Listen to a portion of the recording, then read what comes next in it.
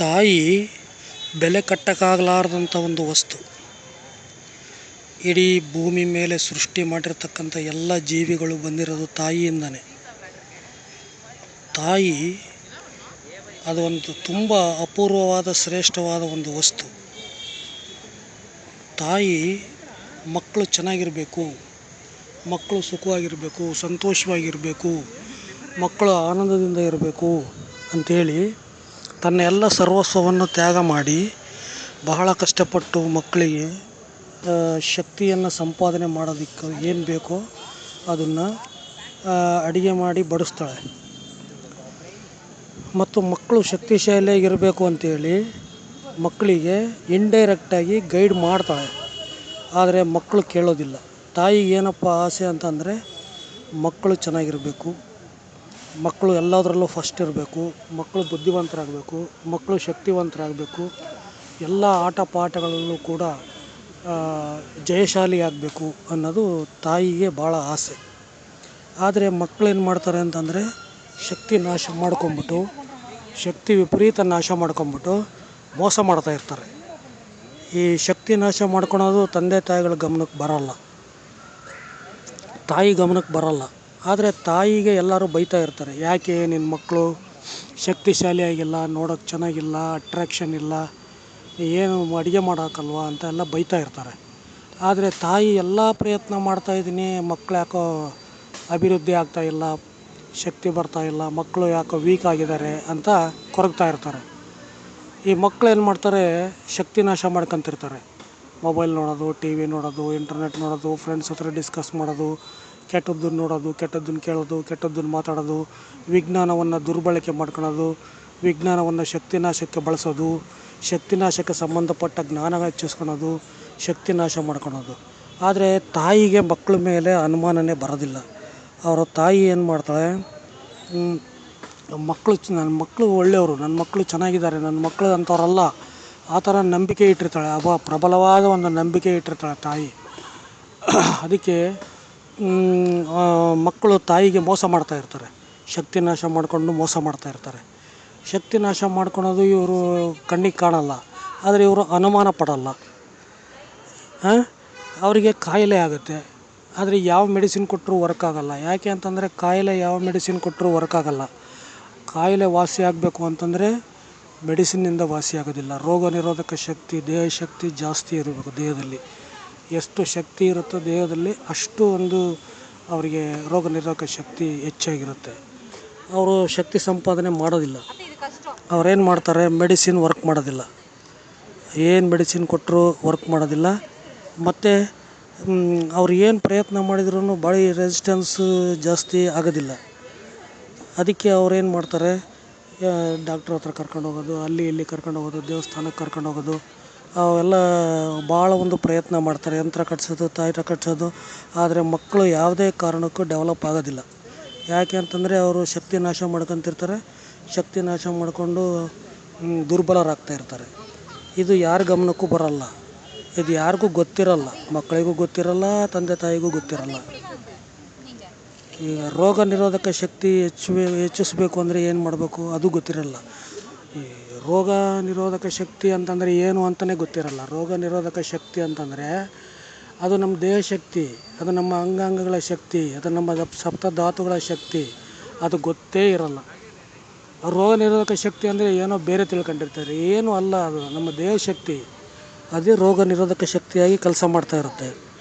ಈಗ ಎಲ್ಲ ಕ್ರೀಡೆಯಲ್ಲಿ ಯಶಸ್ವಿ ಆಗುವಂಥ ತಂದೆ ತಾಯಿಗಳು ಹೇಳ್ತಾರೆ ಮಕ್ಕಳಿಗೆ, ಅವ್ರು ಆಗಲ್ಲ. ಯಾಕೆ ಅಂತಂದರೆ ಅವ್ರ ಹತ್ರ ಶಕ್ತಿನೇ ಇರಲ್ಲ. ಶಕ್ತಿ ಇಲ್ಲದೆ ಇರೋರು ಯಾವ ಕ್ರೀಡೆಯಲ್ಲಿ ಯಶಸ್ವಿ ಆಗ್ತಾರೆ, ಯಾವ ಸಾಧನೆ ಮಾಡ್ತಾರೆ? ತಂದೆ ತಾಯಿಗಳಿಗೆ ಮಕ್ಕಳು ಡಿಸಪಾಯಿಂಟ್ ಮಾಡ್ತಾರೆ, ಅವ್ರು ಹೇಳಿದ ಮಾತು ಕೇಳೋದಿಲ್ಲ. ಜಾಸ್ತಿ ಶಕ್ತಿ ನಾಶ ಮಾಡಿಕೊಂಡು ಮೆದುಳೆಲ್ಲ ಕೆಟ್ಟೋಗಿ ಹುಚ್ಚಿಡ್ದಿರುತ್ತೆ. ಆವಾಗ ಏನು ಮಾಡ್ತಾರೆ, ಶಕ್ತಿ ತುಂಬಬೇಕು, ಆದರೆ ಅದು ಯಾರಿಗೂ ಗೊತ್ತಿರೋದಿಲ್ಲ. ಶಕ್ತಿಯನ್ನು ತುಂಬೋದ್ರಿಂದ ಎಲ್ಲ ನಿವಾರಣೆ ಆಗುತ್ತೆ, ಅದು ಯಾರಿಗೂ ಗೊತ್ತಿರೋದಿಲ್ಲ. ಶಕ್ತಿ ತುಂಬ ಕೆಲಸ ಮಾಡೋದಿಲ್ಲ, ಯಾಕಂದರೆ ಅವ್ರು ಯಾರೂ ಗುರುಗಳ ಹತ್ರ ಹೋಗೋದಿಲ್ಲ. ಆಮೇಲೆ ಆರೋಗ್ಯ ಚೆನ್ನಾಗಿರಬೇಕು ಅಂದರೆ ಏನು, ಅಂಗಾಂಗಗಳು ಚೆನ್ನಾಗಿರಬೇಕು ಅಂದರೆ ಏನು ಅದು ಗೊತ್ತಿರೋದಿಲ್ಲ. ಆಮೇಲೆ ನಮ್ಮ ಏನು ಪಂಚೇಂದ್ರಿಯಗಳಿದ್ದಾವೆ ಅವು ಪವಿತ್ರವಾಗಿರ್ಬೇಕಂದ್ರೆ ಏನು ಮಾಡಬೇಕು, ಶಕ್ತಿಶಾಲಿಯಾಗಿರ್ಬೇಕಂದ್ರೆ ಏನು ಮಾಡಬೇಕು ಅದು ಕೂಡ ಗೊತ್ತಿರೋದಿಲ್ಲ. ಅದನ್ನು ಯಾರೂ ಕೇಳೋದಿಲ್ಲ, ಯಾರನ್ನೂ ಕೇಳಿ ತಿಳ್ಕೊಳ್ಳೋದಿಲ್ಲ, ಯಾವ ಗುರುಗಳ ಹತ್ರನೂ ಹೋಗೋದಿಲ್ಲ. ಅವರಿಗೆ ಧೈರ್ಯ ಇರೋದಿಲ್ಲ, ಧೈರ್ಯ ಕಲ್ಸಕ್ಕೆ ಹೋಗ್ತಾರೆ. ಧೈರ್ಯ ಬರೋದಿಲ್ಲ, ಯಾಕಂದರೆ ಶಕ್ತಿನೇ ಇರೋದಿಲ್ಲ ಅಂದರೆ ಧೈರ್ಯ ಎಲ್ಲಿಂದ ಬರುತ್ತೆ? ಶಕ್ತಿ ಬೇಕು ಮನುಷ್ಯನಿಗೆ.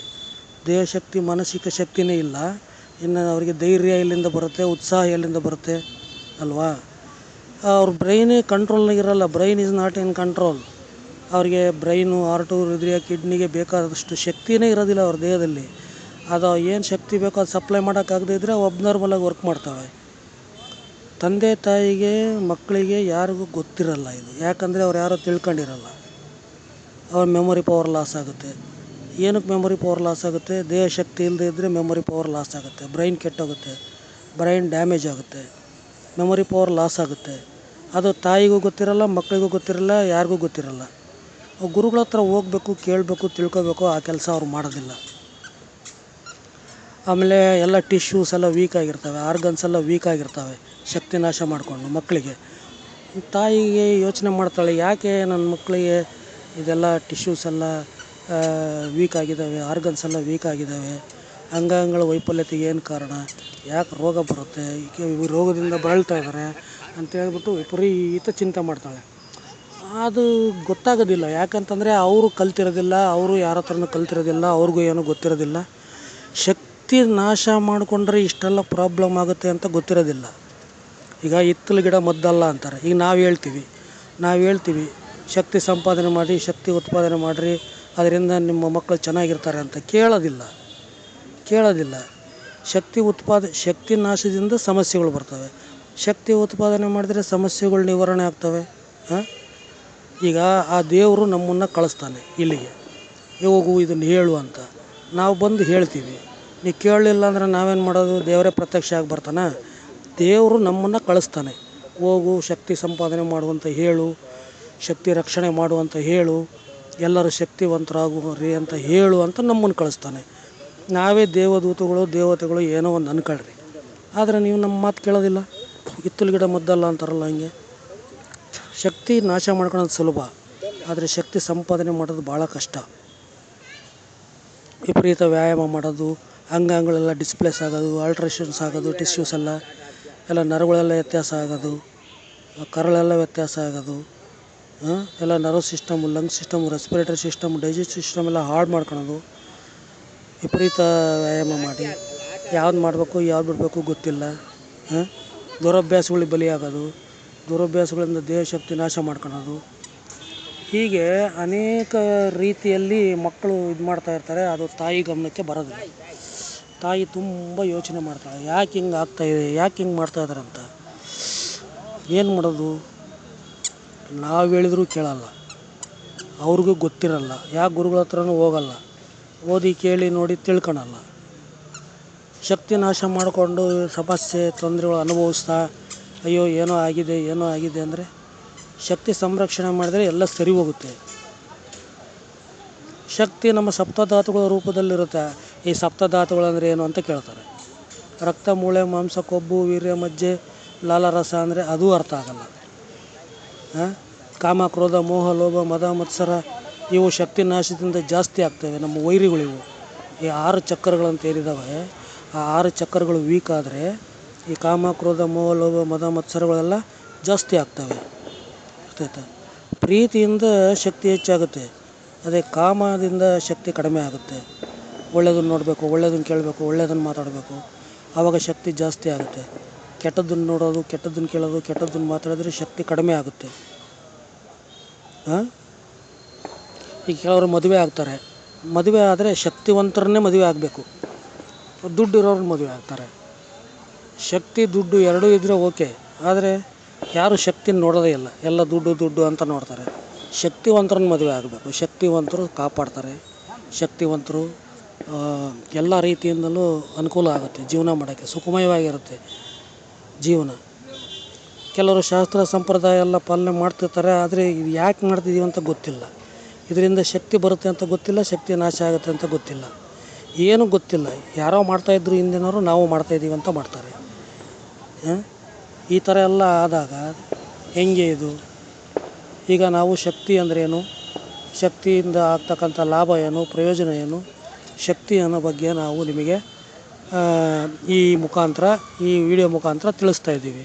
ಆ ದೇವರೇ ನಮ್ಮನ್ನು ಕಳಿಸಿದ್ದಾನೆ ಅಂತ ತಿಳ್ಕೊಬೇಕು. ನೀವು ನಮಗೆ ಅದನ್ನು ಅರ್ಥ ಮಾಡ್ಕೊಳಲ್ಲ. ಹಿತ್ತಲ ಗಿಡ ಮದ್ದಲ್ಲ ಅಂತಾರಲ್ಲ, ಅದು ನಿಜನೇ. ನೀವು ಅರ್ಥ ಮಾಡಿಕೊಂಡು ಆ ದೇವರೇ ನಮ್ಮನ್ನು ಕಳಿಸಿದ್ದಾನೆ ಅಂತ ತಿಳ್ಕೊಂಡು ನೀವು ಈ ಒಂದು ಪ್ರಯತ್ನವನ್ನು ಮಾಡಿ. ಶಕ್ತಿ ಉತ್ಪಾದನೆ ಮಾಡೋದು, ಶಕ್ತಿಯನ್ನು ಸಂರಕ್ಷಣೆ ಮಾಡೋದು, ಶಕ್ತಿಯನ್ನು ಸದುಪಯೋಗ ಮಾಡೋದು ಇವತ್ತಿನಲ್ಲೇ ಪ್ರಾಕ್ಟೀಸ್ ಮಾಡಿ. ಗುರುಗಳ ಹತ್ರ ಹೋಗಿ ಗುರುಗಳಿಂದ ತರಬೇತಿ ಪಡೀರಿ, ಶಕ್ತಿವಂತರಾಗ್ರಿ. ಜೀವನದಲ್ಲಿ ನಾನೆಲ್ಲ ತಂದೆ ತಾಯಿಗಳಿಗೆ ಹೇಳೋದಿಷ್ಟೇ, ತಾಯಿಗಳಿಗೆ ಹೇಳೋದಿಷ್ಟೇ, ನಿಮ್ಮ ಮಕ್ಕಳು ಏನೇ ಕಷ್ಟ ತೊಂದರೆ ಅನುಭವಿಸ್ತಾ ಇದ್ರೂ ನೀವು ಮಾಡಬೇಕಾಗಿರೋ ಒಂದೇ ಒಂದು ಕೆಲಸ ಏನು ಅಂತಂದರೆ ಶಕ್ತಿವಂತರನ್ನಾಗಿ ಮಾಡಬೇಕು. ಒಳ್ಳೆ ಗುರುಗಳ ಹತ್ರ ಕರ್ಕೊಂಡು ಹೋಗಬೇಕು, ಒಳ್ಳೆ ತರಬೇತಿ ಕೊಡಿಸ್ಬೇಕು, ಅವ್ರನ್ನ ಶಕ್ತಿವಂತರನ್ನಾಗಿ ಮಾಡಬೇಕು. ಪಂಚೇಂದ್ರಿಯಗಳ ಶುದ್ಧತೆ ಮಾಡಬೇಕು, ಪಂಚೇಂದ್ರಿಯಗಳನ್ನ ಶಕ್ತಿಶಾಲಿಯಾಗಿ ಮಾಡಬೇಕು, ಚಕ್ರಗಳನ್ನ ಶಕ್ತಿಶಾಲಿಯಾಗಿ ಮಾಡಬೇಕು. 6 ಚಕ್ರಗಳು ಇದ್ದಾವೆ. ಅರಿಷಡ್ ವರ್ಗಗಳನ್ನ ನಿಯಂತ್ರಣ ಮಾಡಬೇಕು. ಇವನ್ನೆಲ್ಲ ನೀವು ಪ್ರಾಕ್ಟೀಸ್ ಕೊಡಬೇಕು ಮಕ್ಕಳಿಗೆ. ನೀವು ಮಕ್ಕಳಿಗೆ ಮನುಷ್ಯತ್ವ, ಮಾನವತ್ವ, ಮಾನವ ಧರ್ಮ ಏನು ಹೇಳ್ಕೊಟ್ಟಿರಲ್ಲ. ಬರೀ ಓದು ಓದು ಓದು ಓದು ಅಂತ ಹೇಳ್ಕೊಟ್ಟಿರ್ತಾರೆ. ಅವ್ರಿಗೆ ಹೆಂಗೆ ಗೊತ್ತಾಗುತ್ತೆ ಒಳ್ಳೆಯದು ಕೆಟ್ಟದ್ದು? ಅದಕ್ಕೋಸ್ಕರ ನೀವೇನು ಮಾಡಬೇಕು, ಮಕ್ಕಳಿಗೆ ದೈವತ್ವ, ಮಾನವತ್ವವನ್ನು ಕಲಿಸ್ಬೇಕು. ಶಾಸ್ತ್ರ ಸಂಪ್ರದಾಯವನ್ನು ಹೇಳ್ಕೊಡ್ಬೇಕು, ಆಚಾರ ವಿಚಾರಗಳನ್ನು ಹೇಳ್ಕೊಡ್ಬೇಕು. ಅದರಿಂದ ಅವರು ಶಕ್ತಿಶಾಲಿಗಳಾಗ್ತಾರೆ. ಸರ್ವ ಕಾಯಿಲೆ ನಿವಾರಣೆ ಆಗುತ್ತೆ, ಸರ್ವ ಸಮಸ್ಯೆಗಳು ದೂರ ಆಗ್ತವೆ. ಈ ಕೆಲಸ ಮೊದಲು ಮಾಡಿ.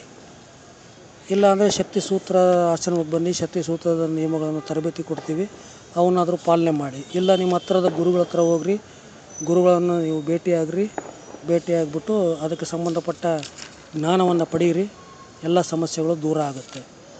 ಸಮಸ್ಯೆಗಳನ್ನು ಬಗೆಹರಿಸೋಕ್ಕೆ ದುಡ್ಡು ಬೇಕಾಗಿಲ್ಲ, ಸಮಸ್ಯೆಗಳನ್ನು ಬಗೆಹರಿಸೋಕ್ಕೆ ಯಾವುದೇ ಊಟ ವ್ಯಾಯಾಮ ಬೇಕಾಗಿಲ್ಲ. ಶಕ್ತಿ ಸಂಪಾದನೆ ಮಾಡಿದರೆ ಸಾಕು.